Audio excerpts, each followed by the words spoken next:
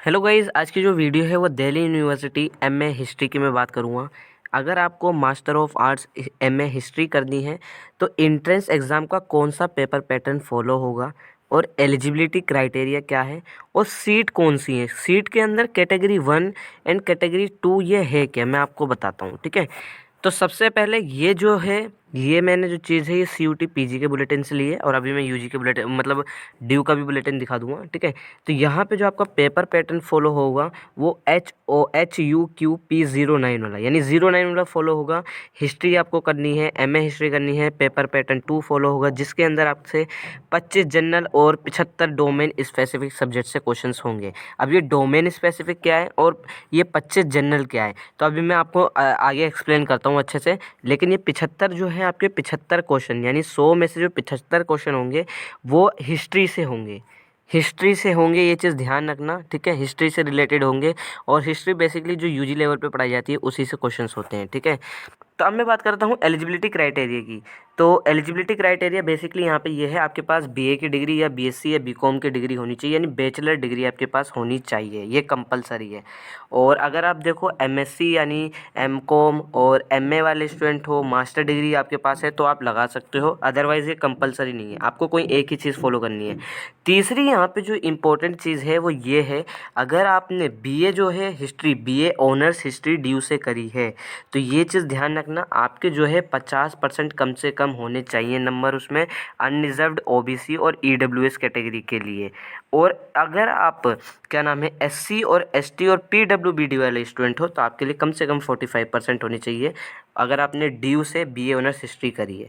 बाकी यहाँ पे अगर आपने अदर यूनिवर्सिटी से करी है तो बस आपके पास एक बैचलर डिग्री होनी चाहिए, यहाँ पे कोई मार्क्स की रिक्वायरमेंट इन्होंने नहीं बता रखी है। ठीक है, खैर मैं आपको यहाँ पे भी दिखा भी देता हूँ, ये जो बुलेटिन है ये ड्यू का PG का बुलेटिन है, यहाँ पे साफ तौर पे आप देख सकते हो। यहाँ पे अब एक बच्चे कन्फ्यूज़न में है, ये कैटेगरी दे दी, सीट में कैटेगरी दे दी है क्या, तो ये आपको मैं बता दूँ, स्टूडेंट्स कन्फ्यूज़न में ये हैं। सबसे पहला सवाल उनके मन में ये आ रहा है कि क्या हिस्ट्री ऑनर्स मतलब BA हिस्ट्री ऑनर्स होनी चाहिए, कंपलसरी है। देखो, अगर आपने BA ऑनर्स हिस्ट्री करी है तो आप कर सकते हो, अगर आपने ड्यू से कोई दूसरा कोर्स करा है तो आपके पास बैचलर डिग्री, ये वाला कॉम्बिनेशन फॉलो कर दोगे आप। ठीक है, 1A वाला, या तो इन्होंने कहा है बैचलर डिग्री होनी चाहिए किसी भी कोर्स से। ठीक है, BA honours English, BA programme किसी से भी, मास्टर डिग्री होनी चाहिए, अगर है कोई बात नहीं। ठीक है, कोई एक ही आप कॉम्बिनेशन फॉलो करना है, इन्होंने मतलब बता रखा है। और BA ऑनर्स हिस्ट्री ड्यू से अगर कर रखी है तो ये क्यों दे रखा है, अब मैं आपको बताता हूँ। कैटेगरी के अंदर कैटेगरी बेसिकली यहाँ पे इन्होंने आगे मेंशन कर रखी हैं, तो अभी मैं बताता हूँ। खैर यहाँ पे मैं पेपर पैटर्न 2 की बात कर लूँ तो यहाँ पे आप लोग देख सकते हो, ये CUT PG का बुलेटिन है, जिटन है हमारा जो है HOQP11 करके, तो ये आपका ये देख सकते हो HUQP01 से P26 तक के कॉम्बिनेशन, ये वाला पेपर पैटर्न फॉलो होगा। अब कौन कौन कहाँ कहाँ से क्वेश्चंस आएंगे ये चीज़ ध्यान रखना।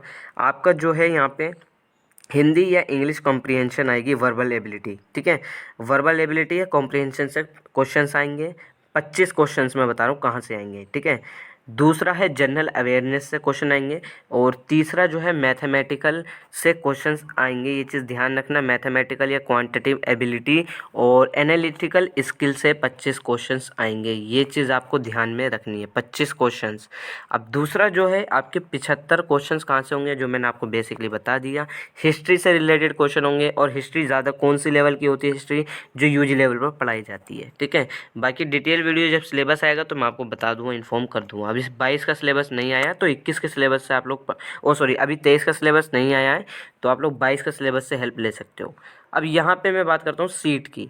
अब यहाँ पे काफ़ी बच्चे यही कन्फ्यूज़न में है कि कैटेगरी 1 और कैटेगरी 2 है क्या। ध्यान से आओ, मैं दोबारा दिखाता हूँ। कैटेगरी 1 और 1B, यानी ये कैटेगरी है कौन सी, 1 है, और ये है कैटेगरी 2। ठीक है, तो यानी जिन्होंने यहाँ पे बैचलर डिग्री कर रखी है कहीं से भी, या ड्यू से ही कर रखी है लेकिन दूसरे कोर्स से कर रखी है, या मास्टर डिग्री कर रखी है, तो उनके लिए कितनी सीट्स हैं यहाँ मैं आपको दिखा दूँ। कैटेगरी 1 फॉलो कर रहे हो आप तो आपके लिए अनरिजर्व्ड के लिए अंदर यहाँ पे 27 सीटें हैं। अगर आपको साउथ कैंपस में जाना है तो 13 सीटें हैं, नॉर्थ कैंपस में जाना है तो यहाँ पे 27 सीटें हैं। SC के लिए यहाँ पे 8 हैं, ST के लिए 5 है, OBC के लिए 18, EWS के 5 हैं। अब जिन्होंने बीए ऑनर्स हिस्ट्री जो है स्पेशली ड्यू से करी है, बीए ऑनर्स हिस्ट्री आपने ड्यू से करी है, कैटेगरी 2 फॉलो होगी, जिसमें अनरिजर्व्ड की 28 सीटें हैं, एससी के लिए 10 सीटें हैं, एसटी के लिए 6 हैं, ओबीसी के लिए 18, ईडब्ल्यूएस के लिए 7।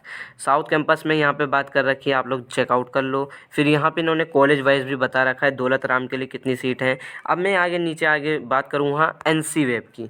एनसी वेब जो है, एनसी वेब यहाँ पे मैं बता दूँ सैटरडे संडे यानी वीकली क्लासेस होती हैं यहाँ पे, गर्ल्स के लिए स्पेशली होती है एनसी वेब, ठीक है, बॉयज़ अलाउ नहीं है यहाँ पे, ये चीज़ ध्यान रखो, ठीक है। तो एनसी वेब में आप कैटेगरी 1 को फॉलो करते हो तो 29 सीटें हैं, और यहाँ पे 11 सीट, 5 सीट, 19 और 7 सीटें हैं, ठीक है। फिर आपका यहाँ पे दोबारा से आएगा कैटेगरी 2 वाला। कैटेगरी 2 अगर आपने एनसी वेब से बीए ऑनर्स हिस्ट्री करी है, या फिर आपने मतलब ड्यू से ही कर रखी है, रेगुलर कॉलेज से बीए ऑनर्स हिस्ट्री कर रखी है, तो यहाँ पे आपके लिए सीट जो है अनरिजर्व्ड के अंदर 28 हैं, 10 सीटें हैं एससी एसटी और पीडब्ल्यूबीडी ओबीसी इन सब के लिए हैं। तो आप लोग चेकआउट कर लो, ठीक है। तो यही चीज़ थी, मैंने आप लोगों को समझा दिया कैटेगरी 1 और कैटेगरी 2 क्या है सीट्स के अंदर। बाकी अभी सिलेबस नहीं आया है 2023 का, और सब्जेक्ट वाइज एलिजिबिलिटी क्राइटेरिया की पर्टिकुलर वीडियो आती रहेगी, ठीक है। और बाकी अगर आपकी कोई क्वेरी है तो आप मुझसे इंस्टाग्राम पर पूछ सकते हो, इंस्टा आईडी का लिंक मैंने डिस्क्रिप्शन में दे रखा है।